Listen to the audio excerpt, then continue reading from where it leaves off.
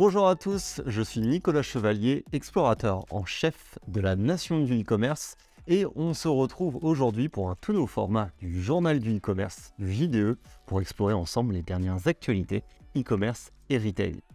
Ce format est possible grâce à notre partenaire Spring GDS qui sponsorise ce format-là et nous aide à vous proposer des actualités de qualité. Pour plus d'informations, je vous mets les détails en commentaire et vous pourrez retrouver Spring GDS à la fin de cette vidéo. Pour rappel, Spring GDS c'est votre solution d'expédition d'envoi à l'international pour l'ensemble de vos colis. Au sommaire de ce JDE, on vous a préparé plusieurs actualités, notamment la levée de fonds de la marque de textile Asphalt qui cherche toujours plus à se développer, Gémeaux qui développe son offre de location de vêtements, notamment pour les femmes enceintes, ou encore Hugo Boss qui arrive à son tour sur le marché du métaverse, ou encore on va découvrir le nouveau directeur e-commerce et omnicanal d'Etam. Bref, beaucoup de sujets à découvrir ensemble, alors pas de temps à perdre, explorons ensemble la nation du e-commerce et ses actualités. On attaque par la rubrique numéro 1, les actualités business. La première actualité business, c'est cette levée de fonds de 5 millions d'euros pour Asphalt.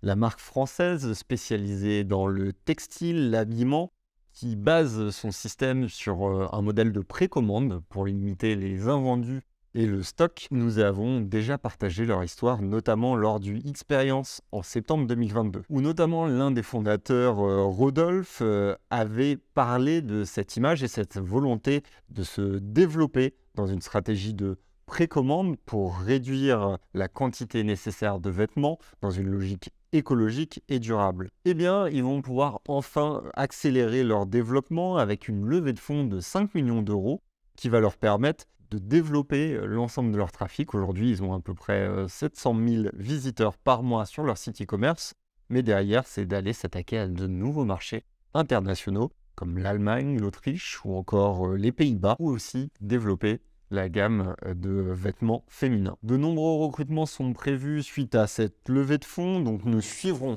de près ces actualités pour la marque d'Asphalt et pour l'équipe de Rodolphe. La seconde actualité business qu'on vous a sélectionnée, c'est Gémeaux qui permet la location de vêtements. Vous connaissez tous Gémeaux, c'est l'un des plus grands sites e-commerce français avec 1,9 million de visites au mois de mars. Le spécialiste des chaussures et des vêtements vient de se lancer sur une nouvelle offre. Le concept est simple, c'est de pouvoir louer des vêtements, notamment pour les périodes de grossesse pour les femmes, sur plusieurs mois, d'avoir un abonnement qui va vous permettre de louer plusieurs vêtements. Une première offre est déjà en place et donc c'est une mise à jour qui propose désormais pour 20 € par mois de pouvoir sélectionner 4 articles parmi une centaine de références de la gamme. Cela est possible grâce à un site qui a été mis en place, location.gémeaux.fr. La livraison et le retour sont gratuits et la clientèle peut échanger un ou plusieurs articles par mois si nécessaire. Un concept qui est vraiment très novateur et donc qui se développe de plus en plus.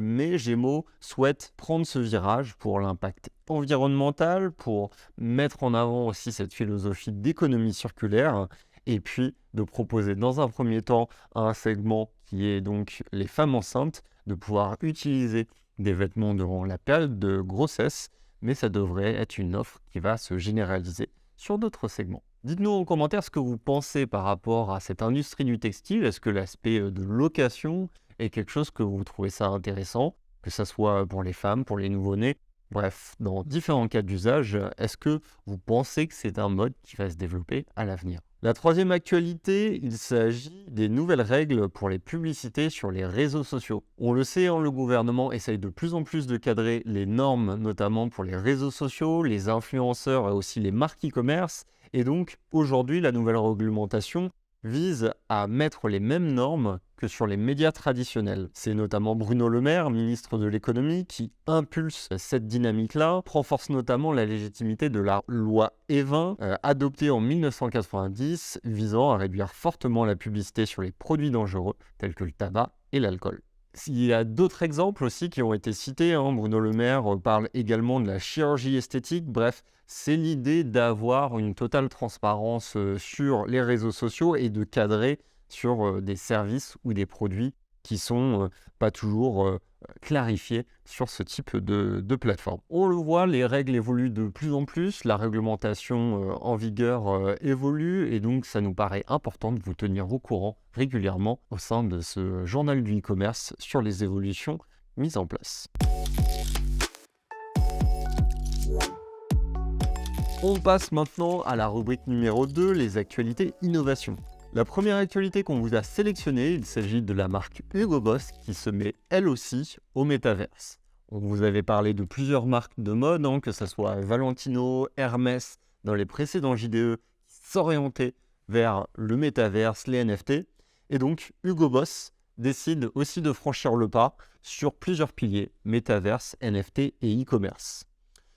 D'après une étude McKinsey, ce marché lucratif du métaverse pourrait peser jusqu'à 5 000 milliards de dollars en 2030. Bon, une tendance qu'il faut observer sur les mois à venir, les années à venir, puisqu'on le sait, certaines structures comme Meta continuent d'investir, mais aussi adaptent leur effectif sur ce nouveau type de technologie. Donc à voir comment les marques vont s'emparer de ces technologies-là. Et donc Hugo Boss souhaite mettre en place un showroom virtuel pour permettre de répondre à ce besoin du Metaverse Fashion Week 2023. C'est un fort sujet qui impacte beaucoup d'acteurs de la mode et donc ils souhaitent tous prendre ce virage sur le Web 3. L'objectif pour Hugo Boss, c'est d'avoir une très forte visibilité, mais aussi de permettre des fonctionnalités digitales pour convertir à travers ce showroom, d'avoir cette optique très e-commerce. Je me balade dans un showroom virtuel et je vais pouvoir procéder à des achats en ligne. Donc c'est un levier supplémentaire pour la marque à voir si ça va se concrétiser sur des ventes et est-ce que ça va devenir un levier central dans leur développement. Affaire à suivre. La deuxième actualité innovation qu'on vous a sélectionnée, c'est Levi's qui envisage d'utiliser l'intelligence artificielle pour générer des mannequins en ligne. Un concept qui est super intéressant aujourd'hui avec l'intelligence artificielle qui permet de faire énormément de choses. Et donc la marque américaine fondée en 1853 à San Francisco souhaite donner aux utilisateurs la capacité de personnaliser leur expérience. L'objectif de la marque est simple, c'est de créer une expérience d'achat plus inclusive et plus personnelle et durable pour les marques de mode, les détaillants et les clients. On le sait, puisque quand vous consultez des vêtements sur Internet, vous n'avez pas forcément un mannequin qui vous ressemble ou une diversité qui vous représente sur ces plateformes. Donc là, la logique, c'est d'avoir quelque chose de très interactif et donc d'utiliser l'intelligence artificielle pour pouvoir mettre les vêtements en valeur sur différents mannequins. Une évolution sur l'intelligence artificielle, dites-nous ce que vous en pensez. Est-ce que ça va enrichir l'expérience en commentaire ou est-ce que vous trouvez que pour le moment, ça reste juste une fonctionnalité complémentaire mais pas forcément un gros changement pour l'ensemble de l'industrie. Bref, ça nous donne des idées de ce qui est possible de faire avec l'intelligence artificielle sur les années à venir. Troisième actualité qu'on vous a choisie, il s'agit de ThredUp qui lance son calculateur d'empreinte carbone. On continue sur cette logique de marque, et là notamment une marque américaine de mode en ligne qui est connue pour sa plateforme de vêtements d'occasion, souhaite encore plus sensibiliser sur l'impact écologique environnemental de la consommation. L'innovation, donc, c'est d'avoir ce calculateur-là qui permet aux consommateurs d'évaluer leur impact, notamment que ce soit à travers les déchets, les émissions de gaz à effet de serre ou encore l'utilisation d'eau à travers la consommation de vêtements. Le calculateur, il se base sur les réponses données par les utilisateurs à travers une série de questions et donc faisant une estimation personnalisée en fonction des réponses. ThredUp a également sorti une étude sur ce sujet, indiquant notamment que si chaque Américain achetait un article d'occasion au lieu d'un article neuf en 2023, cela serait comme retirer un demi-million de voitures de la route pendant un an d'un point de vue gaz à effet de serre. Donc c'est super intéressant pour évangéliser et apporter de la connaissance aux consommateurs pour les responsabiliser dans leurs actes d'achat. Encore une belle innovation qui montre ce virage qu'est en train de prendre les acteurs de la mode et du textile. Donc à suivre, à observer si l'ensemble de l'industrie va poursuivre dans cette direction. On passe maintenant à la troisième rubrique, les entreprises à découvrir. L'ensemble de l'équipe d'e-commerce Nation vous a préparé plusieurs entreprises à découvrir et la première, il s'agit de Pulpe de Vie. Il s'agit d'une marque française de cosmétiques bio, made in France, lancée en 2009 par Julie Ducré. Une précurseuse à cette époque puisque l'aspect du bio commençait à se développer.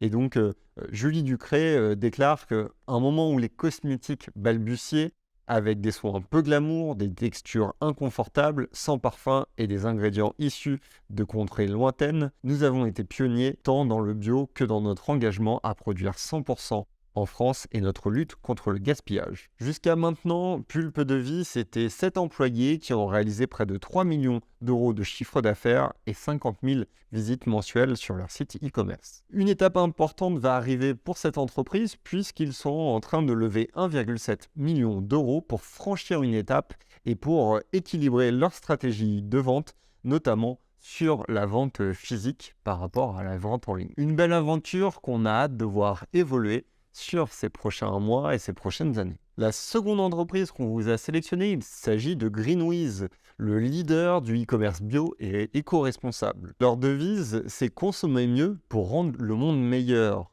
Avec leur gamme de 170 000 produits en ligne sur leur marketplace, de l'épicerie salée à sucrée, des produits pour la maison ou encore des jouets pour enfants ou des produits de seconde main, ils ont un large catalogue pour satisfaire l'ensemble de leurs consommateurs. Ils ont une présence en France, en Espagne, en Italie, et leur mission, c'est mieux consommer en offrant de la visibilité à des marques made in France ou européennes qui respectent l'engagement bio et éco-responsable. On vous invite donc à découvrir leur site, qui est un site de plus en plus connu, et je suis sûr que certains d'entre vous sont déjà consommateurs. La troisième entreprise à découvrir, il s'agit de Airop.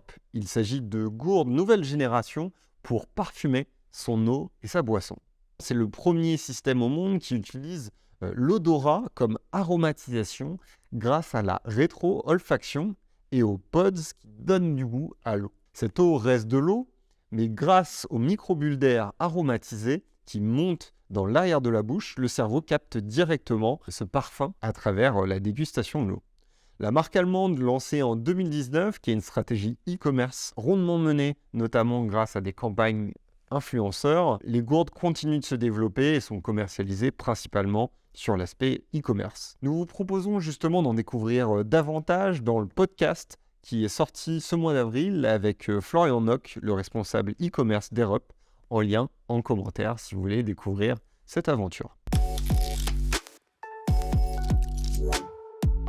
Je vous propose maintenant de passer à la quatrième rubrique, c'est la rubrique La personnalité du moment. Pour cette rubrique, nous avons choisi de vous présenter Romain Sabatier, le nouveau directeur e-commerce et omnicanal du groupe Etam. Etam, c'est pas seulement la marque Etam, mais c'est également Undies et Maison 123. Le parcours de Romain est continu au sein du groupe puisqu'il a travaillé durant les 4 dernières années au sein du groupe Etam et continue de progresser au sein du groupe. Plusieurs de ses missions seront développer les performances e-commerce, déployer l'application Etam pour enrichir le parcours omnicanal et puis construire des nouveaux parcours digitaux personnalisés. La marque qui compte 420 magasins en France et qui réalise 2 millions de visites mensuelles sur son site e-commerce continue de se développer avec une nouvelle organisation et avec Romain Sabatier à sa tête. On lui souhaite plein de bonnes choses pour cette nouvelle aventure et ses nouvelles responsabilités. On passe maintenant à la 5e rubrique, l'actualité ECN. On vous a préparé notamment le guide des réseaux sociaux 2023. Il est tout nouveau, il a suscité énormément d'engouement sur les réseaux sociaux, notamment sur LinkedIn. Vous avez peut-être pu le voir sur nos canaux. Si vous ne l'avez pas vu, je vous invite à vous abonner à notre page LinkedIn e-commerce Nation pour découvrir nos nouveaux contenus. Dans ce guide, vous découvrirez énormément d'éléments, la liste et les chiffres clés des réseaux sociaux les plus populaires en France en 2023, les différents outils à utiliser ou encore des astuces et des exemples de sites e-commerce qui performent très bien sur ce type de plateforme. Je vous mets le lien en description, en commentaire, comme ça vous pourrez retrouver plus d'informations et télécharger le guide si vous ne l'avez pas encore découvert. On passe maintenant à la 6e rubrique, la rubrique de notre partenaire de Spring GDS. Spring GDS nous accompagne à travers ce format du journal du e-commerce et nous fait confiance pour vous partager l'ensemble de ces actualités. Aujourd'hui, on va échanger avec Dimitri et Amel Kozevic, Sales Manager de Spring GDS, sur le dernier kilomètre. Je leur laisse la parole et on se retrouve juste après. Nous voyons de plus en plus de consommateurs être sensibles à la livraison du dernier kilomètre, tu l'as évoqué tout à l'heure. Quel est ton avis sur le sujet et que mettez-vous en place concrètement chez Spring pour y répondre ? On va déjà reprendre un peu le slogan de l'entreprise qui, en anglais, mais en français, c'est « nous écoutons, nous inspirons et nous livrons ». Donc il faut déjà être à l'écoute des tendances, de ce qui se passe sur les marchés, mais qui concerne le dernier kilomètre. Et donc en fait, on développe des solutions qui répondent à la demande aussi des clients selon les zones. On s'inspire aussi de ce que fait PostNL. Donc, comme tu l'as présenté, donc Spring, c'est la filiale internationale de la Poste néerlandaise. L'objectif de PostNL en 2030, c'est d'être zéro émission pour la livraison, que ce soit du pli ou du colis, sur tout le territoire du Benelux. D'accord ? C'est un objectif. C'est un gros objectif. C'est un gros objectif, mais on met les moyens et en fait, ils se sont pris depuis plusieurs années, donc on n'attend pas la dernière minute pour le faire. Donc, c'est vraiment une source d'inspiration de ce qui est mis en place. Côté Spring, on travaille déjà sur des compensations, d'accord ? Donc en fait, compenser du premier kilomètre jusqu'au dernier kilomètre. Les émissions de CO2, j'ai mentionné de communiquer un certificat et de ne pas le facturer, parce qu'il y a des prestataires qui vont facturer, de dire voilà, ce transport il est écologique, mais il faut rajouter. Alors ça a un coût, mais on préfère l'absorber et l'accompagner. Mais on peut avoir toujours un rôle de conseiller. On a nos limites, donc aujourd'hui on parle de compensation, c'est bien, mais il faut réduire. Mais il y a beaucoup de choses, beaucoup d'actions à mettre en place. On peut parler du conditionnement des marchandises. On se rend compte souvent que les colis en transport de l'air, les prix des matières premières, il a juste augmenté, plus de 50% à tous les niveaux aujourd'hui. Donc en fait, le carton, si tu n'utilises pas un colis de cette taille-là pour le mettre dans un carton plus grand, donc tu dépenses plus dans l'emballage, donc matières premières, le coût de transport va te coûter plus cher et ce n'est pas non plus écologique. Donc il y a un effort à faire là-dessus. Il y a un effort à faire, mais c'est tout un état d'esprit qui n'est pas évident aujourd'hui parce qu'on est souvent un petit peu en réactivité, mais il faut se projeter, il faut aborder un peu le problème de plus loin, au-delà du question budget, parce qu'on est confronté aussi à la question de budget. Donc chaque e-commerçant qui se lance aujourd'hui doit voir l'argent qu'il va mettre sur la table, que ce soit pour le conditionnement, sur la partie de transport et tout ça. Donc on a ce rôle de conseiller aussi, de dire voilà, écoutez, là on voit qu'il y a du vide, et puis même ça peut même...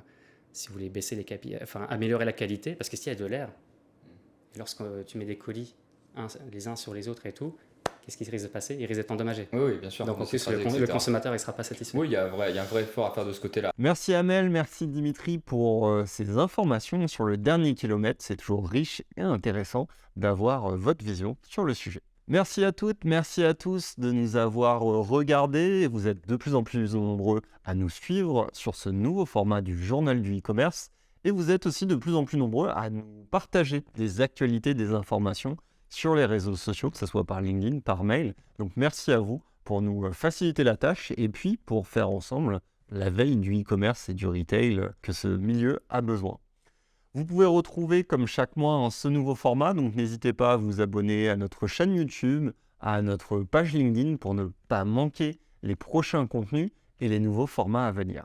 Un grand merci également à notre partenaire Spring GDS, votre solution d'envoi de colis à l'international qui, sans eux, cette émission ne serait pas possible. Si vous avez des actualités, n'hésitez pas à réagir en commentaire, mais sinon je vous dis à très vite pour un nouveau format et une nouvelle exploration de la nation du e-commerce. Merci à tous.